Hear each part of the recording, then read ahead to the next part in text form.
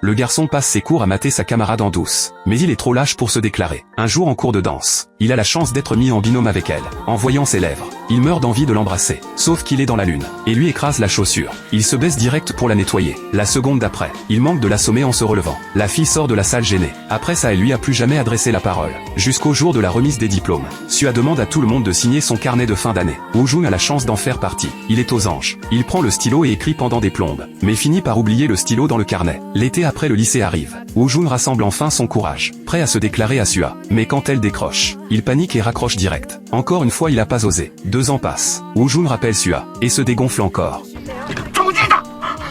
Avec l'aide d'un pote, il fait enfin le premier pas, sauf qu'il sait pas quoi dire. Il repense soudain au stylo. Il croyait que ça s'arrêterait là. Mais Sua accepte de le voir. Woo-jung saute de joie comme un gamin. Le lendemain, il met un costard pour la retrouver. Sua est encore plus belle qu'avant. Woo-jung se remet à stresser. Il s'approche d'elle pour dire quelque chose. Sua sort le fameux stylo. Et Woo-jung dit toujours pas un mot. Sa maladresse reprend le dessus.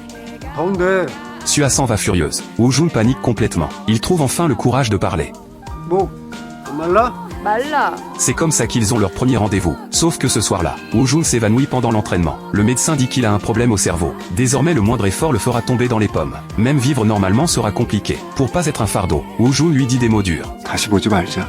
Sua s'en va en pleurant. Woo-jung s'effondre en larmes sur la table. L'année suivante, il essaie de l'oublier. Mais un an passe. Et il pense à elle à chaque seconde. Il décide d'aller là où elle travaille. En arrivant en bas de l'immeuble, il la voit monter dans la voiture d'un homme. En voyant Sua heureuse, il est content et triste à la fois. Les deux se sont plus jamais contactés. Mais un jour, Sua l'appelle et lui donne rendez-vous. Woo-jung croit qu'elle vient lui dire adieu. Mais Sua descend de voiture et court vers lui. Ce jour-là, elle l'avait repéré. Le mec, c'était juste un ami. Sua pensait à Woo-jung tous les jours. Après ça, les deux se marient et ont un enfant adorable. Sauf que l'accouchement laisse des séquelles à Sua. Peu après, elle s'éteint. Avant de partir, Sua raconte un conte. Elle dit qu'elle sera comme une maman pingouin dans le ciel, qui veille sur son petit. Quand la saison des pluies arrivera, elle reviendra auprès de son enfant. Depuis, le petit espère la pluie tous les jours. Mais Woo-jung pense que c'était un mensonge de Sua. La saison des pluies finit par arriver. Le fils sort en courant sans parapluie. Woo-jung le poursuit inquiet pour lui. Le garçon court en appelant maman. Mais il trouve pas Sua. Au moment où il rentre déçu, un miracle se produit pour de vrai.